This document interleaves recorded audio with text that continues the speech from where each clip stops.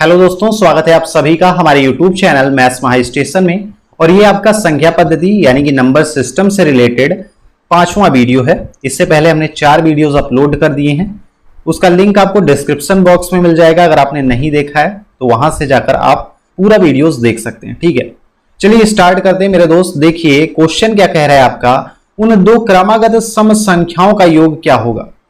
एक बात याद रखिए, कहीं पे भी क्रमागत सम संख्या कहे या फिर विषम संख्या कहे, आप ए से स्टार्ट करेंगे। पहली संख्या आप मानेंगे ए, दूसरी मानेंगे a+2, तीसरी मानेंगे a+4, ऐसे करके मानते जाएंगे। ठीक है, तो मेरे दोस्त यहाँ पे दो क्रमागत सम संख्याओं की बात कर रहा है, तो आप क्या क्या मानोगे।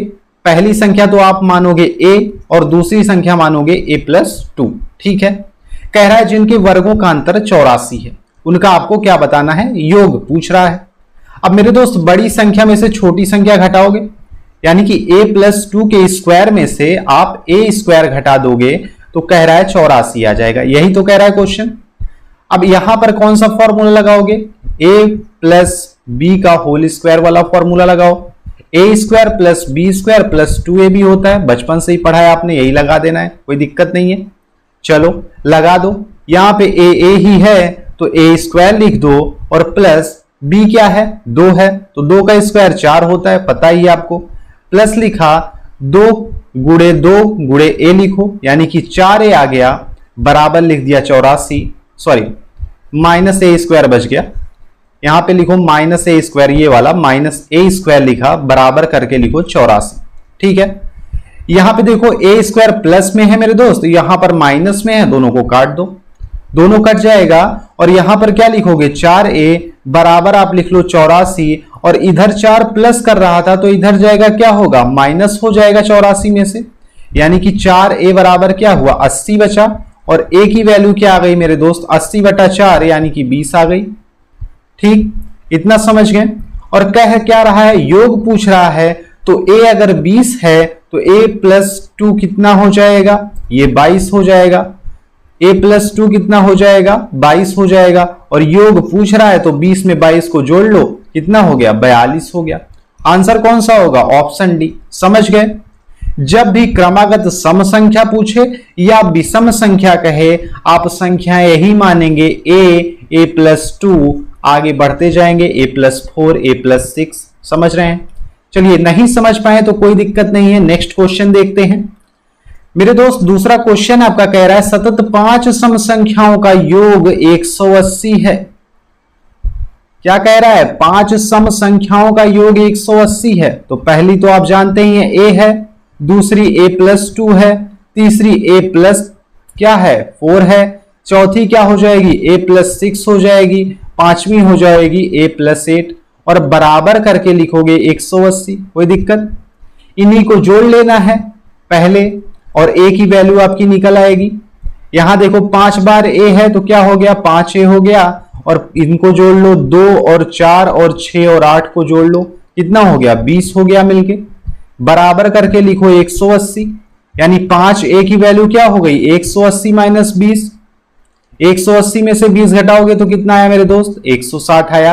यानी 5a बराबर कितना हो गया, 160। और a की वैल्यू क्या हो गई, 5 से काटो इसको, 5 तिहाई 15 होगा और 5 दूनी 10 हो जाएगा। यानी a की वैल्यू आपकी 32 आ गई मेरे दोस्त। a और e का गुणनफल पूछ रहा है, यानी लास्ट वाली संख्या आपकी a+8 है, तो a+8 की वैल्यू क्या हो जाएगी, 32 में 8 जोड़ लो मेरे दोस्त, कितना हुआ, 40 हुआ।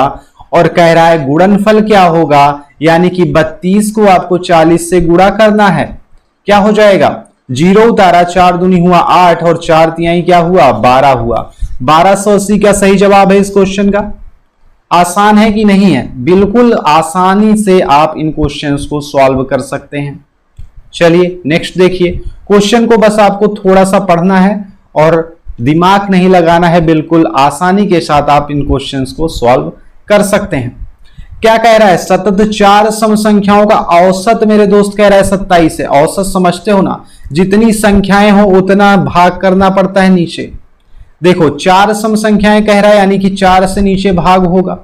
चार सम संख्याएं क्या होगी, ए हो जाएगी, a+2 हो जाएगी, a+4 हो जाएगी और a+6 हो जाएगी। चार हो गई ना, ये पहली हो गई, ये दूसरी हो गई, ये तीसरी हो गई, ये चौथी हो गई और बराबर लिखो 27 और औसत कह रहा है इसलिए इन चारों के नीचे क्या करोगे, 4 से भाग करोगे। ठीक है, जब भी औसत कहे जितनी भी संख्याएं हो उतने से ही नीचे आपको क्या करना पड़ता है, भाग करना पड़ता है। समझ रहे हैं? चलिए इन सबको जोड़ेंगे तो क्या हो जाएगा, 4 बारी ए है तो 4a हो जाएगा और प्लस जोड़ा 4 और 6 जोड़ा 10 हुआ, 10 में 2 जोड़ा 12 हो गया, बटे 4 लिखा। अच्छा यहां देखो 4a और 12 में से 4 को क्या कॉमन ले सकते हैं हम, 4 को अगर हम कॉमन ले लें मेरे दोस्त तो क्या हो जाएगा, ये हो जाएगा a+3 लिख सकते हैं, 4 3 12 होता है, बटे 4 कर लो। हाँ, और यहां पर बराबर करके 27 लिख लो। 4 से 4 कैंसिल कर सकते हो यानी a+3 बराबर होगा 27 और a की वैल्यू क्या हो जाएगी, इधर 3 जोड़ा है तो उधर जाके घट जाएगा, 27 में से 3 घट जाएगा यानी a की वैल्यू क्या होगी, 24 होगी। और पूछ क्या रहा है, बड़ी संख्या पूछ रहा है आपसे, यानी सबसे बड़ी तो यही है a+6। तो मेरे दोस्त a 24 है तो 24 में 6 जोड़ोगे तो क्या हो जाएगा, 30 हो जाएगा। तो 30 आपकी सबसे बड़ी संख्या, ऑप्शन बी करेक्ट आंसर है, कोई दिक्कत। चलिए नेक्स्ट क्वेश्चन आ जाइए।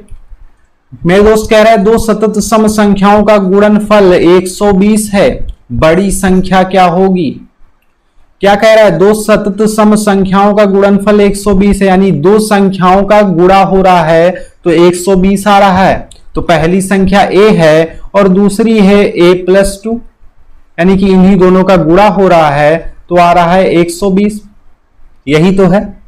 चलिए तो क्या हो जाएगा, a से a में गुणा किया तो a² हो गया और प्लस किया a को 2 से तो मेरे दोस्त 2a आ गया और यहां पर आया 120। अब देखो यहां पर आसानी के साथ जब भी गुणनफल वाला हुआ है तो आसानी के साथ आप कैसे बता सकते हो, इसका फैक्टर करो, इसका फैक्टर करो कि जिसको जोड़ने या घटाने पर 2 फैक्टर होगा, यानी कि हम इसको 12 और 10 में तोड़ सकते हैं। 12 में से अगर 10 घटाओगे तो 2 क्या आ रहा है, ये देखो आ रहा है, यानी कि ऐसा फैक्टर करो कि घटाने या जोड़ने पर आपका 2 आ जाए। 12 में से 10 घटा रहे हो तो 2 आ रहा है, तो यही हो जाएगा। तो यानी बड़ी संख्या मेरे दोस्त 12 है, जो बड़ी वाली संख्या वो क्या है, 12 है। आपको कुछ नहीं करना है, 12 आपका करेक्ट आंसर हो जाएगा, कोई दिक्कत। और देख भी सकते हो यानी कि a मेरे दोस्त 10 है और a+2 12 है, यानी कि देख लो ये हो जाएगा 2 ज्यादा और ये हो जाएगा 2 कम, है या नहीं, 10 2 कम है। चलिए नेक्स्ट आ जाइए।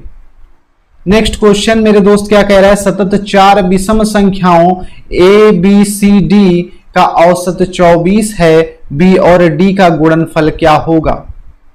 विषम कह रहा है तब भी आप वही लोगे, a लोगे, a+2 लोगे, a+4 लोगे, a+6 लोगे, कोई दिक्कत। और औसत कह रहा है तो औसत मैंने बताया कि जब भी औसत कहे तो जितनी संख्याएं कह रहा है उसी से कर देना भाग। ठीक है, बराबर क्या हो रहा है, 24 हो रहा है। जोड़ लो, क्या हो गया, 4 बारी a है तो 4a हो गया और यहां पर क्या हुआ, 2 4 और 6 जोड़ा आपने तो कितना हुआ, 12 हुआ, बटे 4 किया। यहां पे क्या कर सकते हो, 4 को कॉमन ले लो, 4 को कॉमन लोगे मेरे दोस्त तो क्या आ जाएगा अंदर, a+3 आ जाएगा।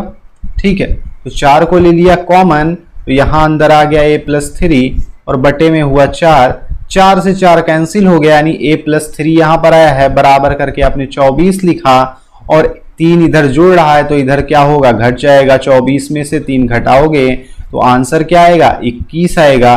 मेरे दोस्त a की वैल्यू आ गई। अब कह रहा है b और d का गुणनफल क्या होगा। क्वेश्चन देखो, b और d का गुणनफल पूछ रहा है आंसर में आपसे, तो यानी b ये है, d ये है, इन दोनों का गुणा कर दो, यानी कि 21 में 2 जोड़ोगे तो क्या होगा, 23 होगा। b आपकी क्या आ जाएगी, 21 में 2 जोड़ोगे तो क्या होगा, 23 होगा और 21 में 6 जोड़ोगे तो क्या होगा, 27। 21 में 6 जोड़ोगे तो 27 होगा। ठीक है, इन दोनों को गुणा कर दो। कैसे गुणा होगा मेरे दोस्त, एक ट्रिक देख लो। यहां पर इकाई वाला अंक अगर मिलके 10 हो रहा है और इधर वाला जो आपका अंक है वो दोनों यानी दहाई का अंक सेम है तो आप कैसे गुणा कर सकते हो। 7 को 3 से गुणा कर लो, 7 त्रिक क्या हो गया 21 हो गया, और 2 को एक ज्यादा से गुणा कर लो, 2 तिहाई क्या हो गया 6 हो गया, 621 इसका करेक्ट आंसर हो जाएगा। समझ में आया ना। 23 को 27 को कैसे गुणा किया आपने समझ में आया। यहां 3 और 7 को गुणा करके आपने लिख दिया, और ये वाली जो संख्या है उसको एक ज्यादा से गुणा कर दिया। समझ गए। चलिए मेरे दोस्त, अगर इतना क्वेश्चन आपको समझ में आ गया है तो ये आपका होमवर्क है, और कमेंट करके आप बताइएगा कि इस क्वेश्चन का सही जवाब क्या होगा। ठीक है, इस क्वेश्चन का सही जवाब क्या होगा कमेंट करके कमेंट सेक्शन में आप जरूर बताइएगा। पिछले वीडियोस अगर आपने नहीं देखे हैं तो आपको लिंक डिस्क्रिप्शन बॉक्स में दिख जाएगा, वहां से आप जाकर पूरे वीडियोस देखिए, पूरा प्लेलिस्ट वहां पर आपको मिल जाएगा। तब तक के लिए जय हिंद, मिलते हैं अगले वीडियो में।